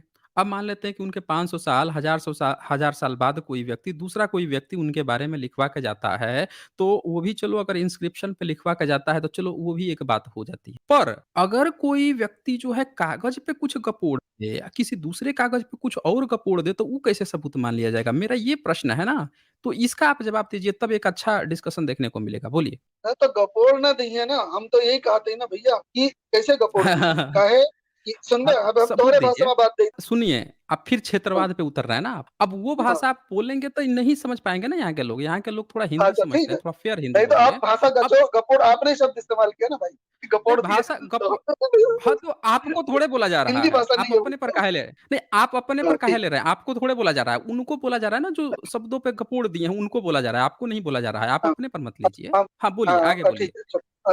मैं हुँ, बोल रहा हूँ, आपने बोला कि भाई हुँ, वो कैसा समझाएगा कि 5000 साल पहले का ये जो लिखा जिन्होंने, क्या भाई कि उन्होंने क्या है, क्या उन्होंने कहीं पत्थर पे लिख दिया था, कहीं किताब में लिखा, क्या proof? तो सर जो पुरानी हुँ। जो किताबें हैं, पहले तो जो किताबें जो रहती थी, जो श्लोक है, ग्रंथ रहता था, लोग ऋषि से ऋषि तक का उनको याद रहता, वो जो गुरु शिष्य परंपरा थी वो याद रखते थे, वो उनको वही ज्ञान देते थे जो उनको शिष्य रहता था। और ऋषियों कौन-सी से जाति ऋषियों के के, लोग थे? ये कौन-से जाति के सिंपल लोग थे सी जिनको बात है, याद रहता था? सिंपली ब्राह्मण ही थे भाई, और कौन सी अच्छा, जाति थी? ब्राह्मण तब थे। तो अच्छा, ब्राह्मण थे। लिखने पढ़ने का तो हाँ, तो जो लिखने तो पढ़ने का ज्ञान ब्राह्मण तो की उन्हीं को ही था। अच्छा, ब्राह्मण थे। तो ब्राह्मण को सिर्फ़ पीढ़ी दर पीढ़ी रट के आते थे या उनको लिखना-पढ़ना भी आता था? लिखना पढ़ना, बिना लिखा पढ़ना कैसे रट लेंगे भाई? लिखना पढ़ना भी रहता तो था, देखो उनको लिखते थे वो। अच्छा, हाँ, वो 5000 साल से सीधे मुगल काल में टपक के आ गए थे। बीच में उनको नहीं पता था कि गुप्त वंश में राजा कौन-सी भाषा लिपि इस्तेमाल करता था, मौर्य वंश क्या इस्तेमाल करता था, बुद्ध के समय क्या था, ये सब पूरा इतिहास ही उनको नहीं पता था। सीधे महाभारत काल सीधे उतर के मुगल काल। बीच में क्या घटा, क्या नहीं पता, उनको कुछ भी पता नहीं। मुगल काल तो हुँ? सर 1100 1500 1400 साल तो मुगल का हुआ, तो वो जब तो 5000 उससे साल वाली चीज पहले 14 साल में कैसे आई? बुद्धिस्टों के समय में क्या-क्या घटा पिछले 1500 2500 साल में, उनको कुछ भी नहीं पता। उनको वैदिक काल के बारे में खुद नहीं पता, उनको सिंधु घाटी के बारे में कुछ नहीं पता, सम्राट अशोक के बारे में नहीं पता, गुप्त वंश के हर्ष काल, पाल वंश कुछ भी नहीं पता उनको। तो कौन से पढ़ाई पढ़ते थे? अच्छा, उनकी यूनिवर्सिटी कहाँ पे चलती थी? भारत में तो बहुत खुदाई हुई, यहाँ पे नालंदा मिल गया, तक्षशिला मिल गया, तेल्हाड़ा मिल गया, इतने सारे 70, 80, 90, 100 विश्वविद्यालय मिल गए बौद्धों के। इनका कौन-सा यूनिवर्सिटी था जहाँ पे ये पढ़ाई होती थी वहाँ पे इनके कोई सबूत ही नहीं, कहाँ पे था वैसे जो सबूत ही इनके नहीं मिल रहे हैं? कहाँ पे पढ़ते थे? भारत नहीं में मैं नहीं थे क्या ये आपको लोग? नहीं बता, इनके गुरु, इनके सबके गुरु हुँ। का नाम, जगह का नाम सब तो किताबों में लिखा है सर। आप किताब बोल रहे हैं ना, किताब तो अब लिखा रहा है ना पिछले 150-200 साल से, 2.5 साल से। आप आर्कियोलॉजिकल एविडेंस बताइए ना जहाँ पे होंगे तो मिल गया होगा। 8000 साल पहले का गेहूँ मिल गया है, पता है आपको? गेहूँ के छोटे-छोटे बाली, जौ के छोटे-छोटे बाली 8000 साल पहले के मिल गए भारत में। तो इतने पुराने मिल गए। अगर कहीं पे आपका कोई मड़ई-टाटी का भी गुरुकुल होगा, तो उसका सड़ा हुआ पत्ता भी मिल जाएगा। जब छोटे-छोटे दाने गेहूँ के दाने, जौ के दाने मिल सकते हैं, तो सड़ा हुआ पत्ता भी मिल जाएगा। बताइए तो सही इनका कौन-सा विश्वविद्यालय था जहाँ पे ये लोग पढ़ते थे? अब भारत में पिछले 1,500-2,000 साल में इतने सारे राजा आए गए, उनके बारे में ही इन्होंने कुछ नहीं लिखा। यादव आप लोग में देखो इतने अपने, सारे राजा हुए हैं, इतने सारे राजा हुए, उनके बारे में ब्राह्मणों ने कुछ नहीं लिखा और उनको उल्टे शूद्र बना दिया, हैं? मनुस्मृति में उनको नीचा दिखा दिया, उनको पता ही नहीं था, बताइए? और कृष्ण का गीता लेके आ रहे हैं 5000 साल से, उनको किसने बोला सुजाता शूद्र नीचे होता है? शूद्र नीचे होता है, किसने बोला? नहीं हो आप अच्छा नहीं आपके हिसाब होता से है। शूद्र नीचा होता है, मेरे हिसाब से नहीं अच्छा होता। शूद्र नहीं होता है। अच्छा नहीं शूद्र होता नीचा, है। मैंने बताया ना, मैं शूद्र हूँ। मैं अच्छा। शूद्र में आता हूँ, लेकिन हुँ, मैं हुँ। नीचा नहीं, मैंने बता दिया कि आज कर्म से तो आज अच्छा, ब्राह्मण और क्षत्रिय मेरे शूद्र अंदर में काम शूद्र करता है। अच्छा शूद्र नीचे नहीं होता है। नहीं होता है, मैं नहीं हूँ, मैं तो नीचा अच्छा नहीं नहीं हूँ। होता है। मेरे तो मैंने बताया ना सर, मेरे अंडर अच्छा, में तो काम आप करते हैं लोग, शूद्र हैं। तो मैं नीचा कहाँ हुआ? आप शूद्र हैं। मैं शूद्र, मैं अरे 4 वर्ण के हिसाब से तो यादव शूद्र में ही आया ना, क्षत्रिय में तो नहीं आया। अच्छा, ब्राह्मण तो है ही नहीं, अच्छा। वैसे भी नहीं तो आपके कृष्ण काहे कह रहे हैं कि पाप योनि होते हैं? ये शूद्र है। जो हैं, शूद्र को वे हाँ, स्त्री, वैश्य और शूद्र वे कौन हैं जो पाप योनि वाले हैं? तो लिखते हैं कि वे हाँ, स्त्री, मैं वैश्य और शूद्र हैं। तो ये तो कह रहे हैं कि ये पाप योनि है, इनका जन्म ही पाप है और उधर बता रहे हैं कि इनका काम है ऊपर के 3 वर्णों की सेवा करना और बाकी के देखो ब्राह्मणों आपका के इसे जितने ग्रंथ हैं सुन लीजिए, ब्राह्मणों के जितने ग्रंथ हैं सब में तो शूद्र को कूट-कूट के इन्होंने गाली दिया है। पढ़ने का अधिकार नहीं। आपके यहाँ पे उसमें भी 41 जो था अध्याय चैप्टर 141 में शंकर भाष्य में ये भी लिखा है कि शूद्र जो है उसको वेद पढ़ने का अधिकार नहीं। वो भी उसमें लिखा था, वो तो भी मैं उस समय से दिखा रहा था आपको। तो आप तो कह रहे हैं कि शूद्र नीचा नहीं होता, फिर आपके ये कृष्ण के नाम से जो गीता चल रही है, ये लोग काहे उसको इतना नीचा क्या है किए हुए हैं? पाप यूनि काहे एकदम बता रहे बिल्कुल हैं? नीचे, एकदम पाप। अच्छा अच्छा हाँ, और 1 मिनट, एक अब पूरी रिपीट पूरी हो रही बात, पूरी बात जी दिखा जी। दूँ, ओके ओके पूरी सर। बात। ये तो 32 दिखाया ना, अब 33 भी दिखा देता हूँ लगे हाथ। ये 33 दिख रहा है आपको? कौन सा इसमें मैं भी अपना ओपन करूंगा? चैप्टर 9 9 का हाँ, 32। चलो ठीक है, मैं भी हाँ, ओपन कर हाँ। लेता चैप्टर हूँ, एक 9 सेकंड का जरा।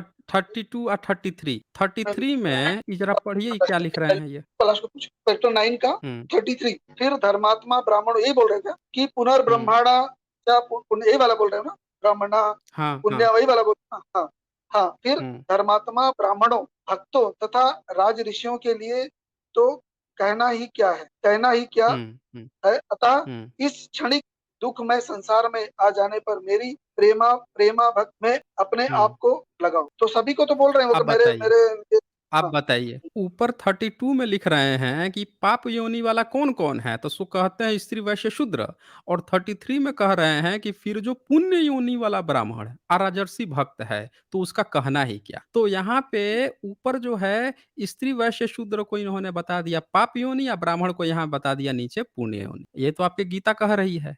आप कह रहे हैं कि शूद्र को नीचा ही नहीं कहा जा रहा है। अरे! शूद्र को सिर्फ़ नीचा और वैश्य स्त्री को नीचा ही नहीं, पाप योनि ही नहीं बल्कि ब्राह्मण को पुण्य योनि कह के डिफरेंस भी दिखाया जा रहा है कि भाई देखो ये नीच है तो ये ऊँच भी है। आपको पता नहीं कौन गीता के नाम पर आपको मुझे डाउट है कि आप यादव हैं। उदय यादव जी, मुझे डाउट है कि आप यादव हैं क्योंकि अगर आप यादव अगर रहते मैं आपको यही शब्द बोल दूं तो आपके बारे में, तो हुँ, आपको बोल दूं तो आप ऐसे ही कि आपके डाउट हो क्या? देखिए, आप नहीं नहीं, मैं मुझे नहीं कह कहूंगा सकते क्योंकि हैं नहीं, नहीं आप कह सकते हैं मुझे कोई दिक्कत नहीं है। लेकिन मैं आप इसलिए गाली कह दे रहे हो, रहा गाली हूँ दे कि रहे हो, गाली दे रहे हो, आप गाली मत दो। अच्छा मतलब कैसे आप ये डाउट कर रहे हो कहते आप हो किसी कि कास्ट पे? अच्छा, तो आप ये कहना चाहते हैं कि अगर आप यादव आप से किसी को ब्राह्मण ऐसे नहीं ही है बन ना, सके यादव से डाउट है, यादव है, तो क्या आप, क्या मुझे क्या समझ रहे हो? मैं हो सकता है कि म सिर्फ म ठाकुर बन के आता था, ब्राह्मण बन के आता था, शूद्र हुँ, बन, हुँ। मैं चमार बन के आता था, अच्छा, कोई भी बन के आता था। अच्छा। क्यों ऐसे? हुँ, मैंने तो अपना हुँ, नाम लिखा है ना, देखो वहां पे नाम लिख रहा है हुँ, मुझे। हुँ। कोई बात नहीं, आप सुन नहीं रहे मेरी बात को। आप जो हैं मान लीजिए कि आपने अच्छा कर्म किया तो अगला जन्म आपका ब्राह्मण में होगा कि यादव में होगा? पहले ये क्लियर कीजिए, ओके।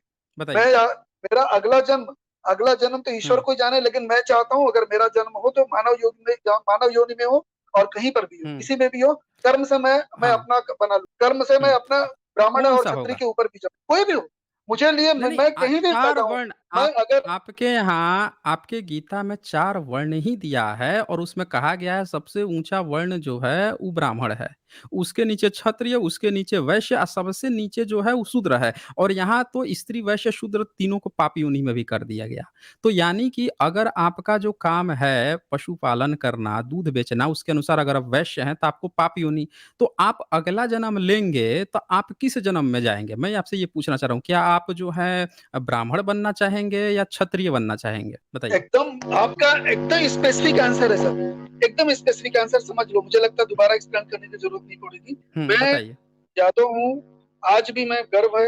आज मैंने आपको बताया, हुँ, आज मैं अपने कर्म से, आज मेरे अंडर में हुँ, ब्राह्मण भी काम करता है, क्षत्रिय भी काम करते हुँ। हैं, और लेकिन मेरे आपका बॉस गीता भी ये थोड़े ब्राह्मण कह रहा क्षत्रिय है। लोग। या आपका फिर आप गीता ये काट रहे थोड़े कह रहा है। आपका यहाँ पे ये पता चल रहा है ना आपके अंदर जातिवाद है। क्योंकि अभी आप बोल रहे थे कि कोई भी जन्म से ब्राह्मण नहीं होता, कर्म से सब बनते हैं।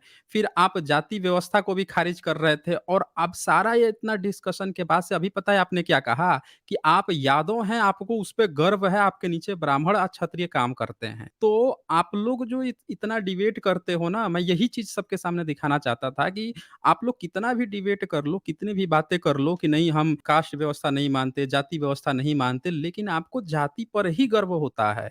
और इसीलिए मैं बार-बार पूछ रहा था कि क्या आप अच्छा कर्म करके ब्राह्मण बनना चाहोगे? लेकिन आप क्या करोगे आपको यादों पे ही गर्व है।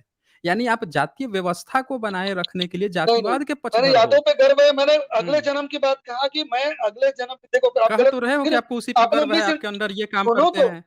आपने हाँ, पूरा नहीं बोलिए ना। पूरा हाँ, सुनिए। बोलिए। सर पूरा सेंटेंस बताइए। बोलेंगे तो लोगों को सही-सही बात जाएगी। नहीं लोग गलत सुनते हैं मेरे से। बोलिए। मैं ये बोल रहा हुँ, हूँ कि मैं अभी यादव हूँ, मुझे गर्व है। आज सभी मेरे बॉसेस हैं, मेरे जूनियर भी है, सबॉर्डिनेट मतलब ऊपर भी है, हुँ, नीचे भी है। लेकिन अगर अगला आप जन्म पूछना चाहते हो तो मैं मानव जन्म लेना चाहूँगा। मुझे कहीं भी हुँ, जन्म मिले, मुझे कोई भी अंतर नहीं पड़ता। मैं फिर कर्म हुँ। करके मैं फिर अच्छे स्थान पे लेकिन जाऊँगा। नहीं, नहीं, नहीं, नहीं, इस ऐसा कुछ नहीं लिखा है। कृष्ण ने साफ-साफ कह दिया वो जन्म से ही होता है। इस जन्म में जो काम करोगे वही अगले जन्म में आप लोगे। तो आप अगला जन्म जो लोगे वो इस जन्म से ही कृष्ण ने कह दिया है तो अगला जन्म जो भी लोगे आप, वो कृष्ण पहले से प्रदत्त है। तो आप जो तो कृ है जो जातीयता कृष्ण ने गीता में कहीं कहा है? यादव जाति की बात की है? बताइए। पूरे गीता में कहीं भी उन्होंने यादव जाति की बात की है?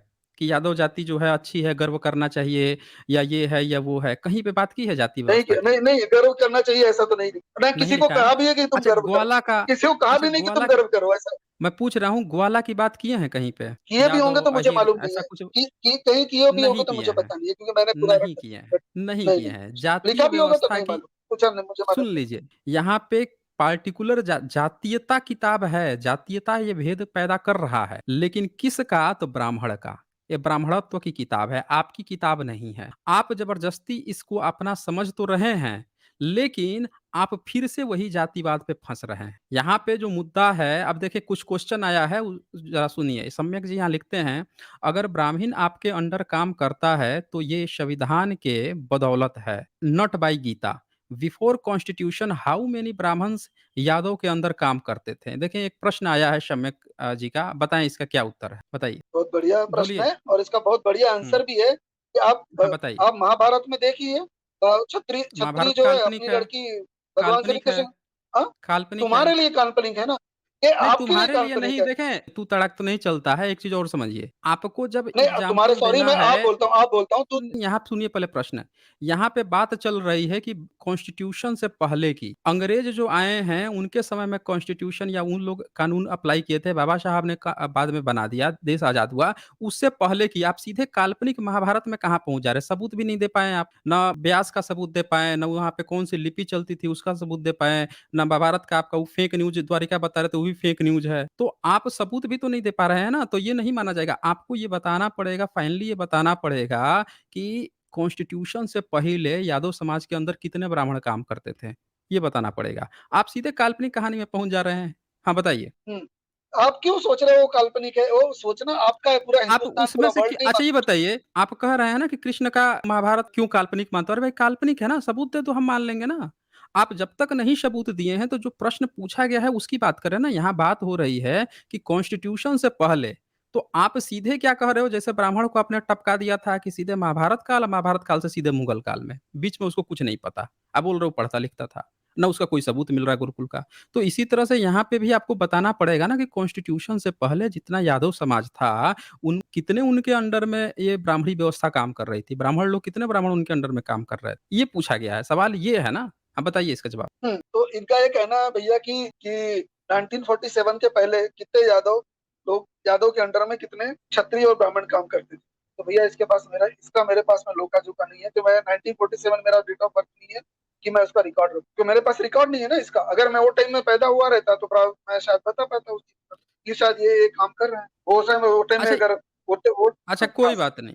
कोई बात नहीं। यादव समाज का लेखा-जोखा कौन रखता था कि इनके कितने राजवंश हुए, इनकी कितनी पीढ़ियाँ हुई, ये लोग क्या पढ़ेंगे-लिखेंगे, कौन-सी भाषा सीखेंगे, क्या पढ़ाई करेंगे, ये ब्यौरा कौन रखता था? सर मैंने आपको पहले ही डिबेट के पहले बोल दिया कि कोई मैं ऐसा पूरा बहुत पोथी-पत्रा वगैरह ऐसा बहुत मैं ज्ञानी नहीं हूँ कि कौन कितना रखता है, कौन क्या लिखता है। हाँ, लेकिन मैं इस चीज़ों पे ज्ञान रखता हूँ जनरल जीके पे और सच्चाई पे मेरा मेरा विश्वास है। काम कोई किया, बात उत्तर प्रदेश नहीं। सेल्फ रॉन्ग है। अब एक और भी सवाल है मेरे पास कि इतने जी सारे सर। यादव राजा हुए हैं इतिहास में गोप नाम से भी कहा जाता है, बहुत से इंस्क्रिप्शन मिले हैं जिस पे गोप शब्द भी आया है। उससे पता चला है जी। कि यादव में बहुत सारे राजा भी हुए हैं। लेकिन इतने सारा राजा होने के बाद से भी जो धार्मिक स्क्रिप्चर है उसने यादवों को हमेशा नीचा दिखाया है। इसका क्या कारण है? और किसी भी जितने ये राजा हुए उन्होंने ना कृष्ण का मंदिर बनाया, ना ब्रह्मा, विष्णु, महेश का बनाया, ना इनके कोई ब्राह्मणी व्यवस्था का पालन किया, इसका भी कोई सबूत नहीं मिलता। तो ये यादव लोग इतिहास में कौन-से धर्म का पालन करते थे जो इनको ब्राह्मण समाज ने जब अंग्रेज़ों के समय में किताब लिखा, मुगलों के समय में इनको लगातार नीचा पर नीचा दिखाते रहा? जी, बताएँ। तो आपका प्रश्न ना सही में मतलब आई एप्रिशिएट आपके जो क्वेश्चन रहते हैं ना सर एकदम टू द पॉइंट और बहुत ही हिट करता है इंसान को। मैं आपकी प्रश्नों की और आपकी नॉलेज की तारीफ करता हूँ डेफिनेटली। लेकिन मैं आपको ये भी कहना चाहता हूँ कि देखो यदुवंशी बहुत सारे याद राजा रहे होंगे लेकिन उन्होंने किस धर्म का पालन पालन किया? डेफिनेटली हिंदू धर्म का। हिंदू मतलब पहले सनातन धर्म ही कहा जाता है जो पहले से चिरायु से चले आता रहा है पहले से। सनातन धर्म ही होगा वो।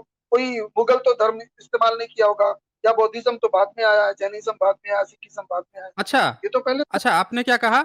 आपने क्या कहा कि बुद्धिज़्म बाद में आया है? तो नहीं तो क्या पहले से ही है बौद्धिज्म? अरे भगवान भाई! बुद्ध के बाद ही तो आप बुद्धिज्म आया ना। भगवान बुद्ध से पहले कोई सबूत है आपका? दुनिया नहीं थी। एक भी सिंगल भगवान सबूत बुद्ध है? से पहले दुनिया नहीं नहीं थी, लोग दुनिया नहीं थे। था। नहीं दुनिया थे, लोग थे, लोग नहीं थे, धर्म था कोई आपका धर्म कोई? नहीं था। धर्म था? हाँ, नहीं नहीं कौन-सा धर्म, धर्म था वैदिक बताइए? धर्म था, कौन-सा वैदिक धर्म धर्म था? था हमारा। सबूत दे वैदिक दीजिए, धर्म एक था। सिंगल सबूत दे 1 सिंगल सबूत दे अरे दीजिए। यहाँ पे आप ₹5,00,000 लेके जाएँगे यहाँ पे।